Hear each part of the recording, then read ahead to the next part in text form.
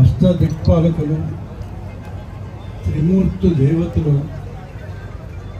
అందరూ కలిసి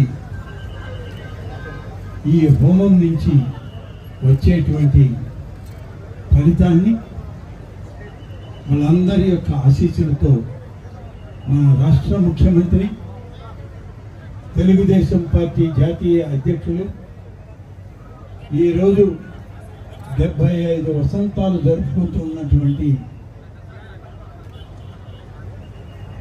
జాతీయ నాయకులు శ్రీ నారా చంద్రబాబు నాయుడు గారిని ఆశీర్వదించడానికి అన్ని ప్రాంతాల నుంచి ఇక్కడికి వచ్చి ఈ యొక్క హోమం ద్వారా హోమ ఫలితాన్ని ఆయనకు అందిస్తూ ఉన్నారు. చాలా సంతోషమైనటువంటి సమయం ఇది. ఆయన ఆయురారోగ్యాలతో ఉండాలని, దీర్ఘాయుషుతో పరిపూర్ణమైనటువంటి ఆరోగ్యంతో ఆంధ్రప్రదేశ్ రాష్ట్ర ప్రజానీకానికి, ప్రపంచంలో ఎక్కడున్న తెలుగు ప్రజలకి ఆయన యొక్క సేవలు వినియోగించాలని, అంతటి శక్తిని ఆయన ప్రసాదించాలని ఇవాళ మనం తలపెట్టినటువంటి ఈ కార్యక్రమం అనేక వేల మంది ఇక్కడికి వచ్చి వారి యొక్క ఆశీస్సులతోటి దైవ ఆశీస్సుల్ని కూడా ఆయనకి, మన నాయకుడికి అందించే క్రమం ఈనాడు మనం చేసుకోవడం జరిగింది. ఆత్మకూరు నియోజకవర్గం నుంచి, ప్రతి గ్రామం నుంచి, ప్రతి వార్డు నుంచి వేలాదిగా ప్రజలు తరలి వచ్చారు.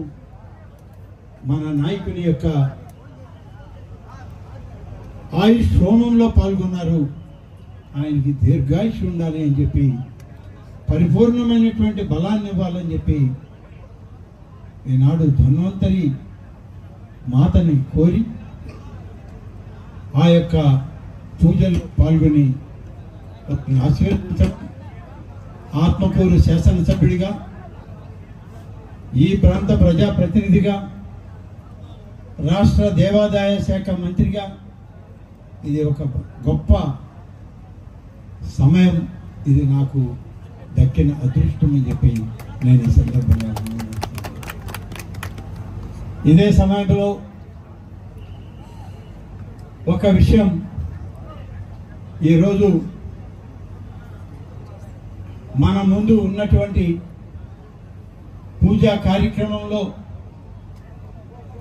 ధన్వంతరి మాత యొక్క విగ్రహాన్ని పెట్టి సకల పూజా కైంకర్యాలని పెద్దలందరూ చేయడం జరిగింది.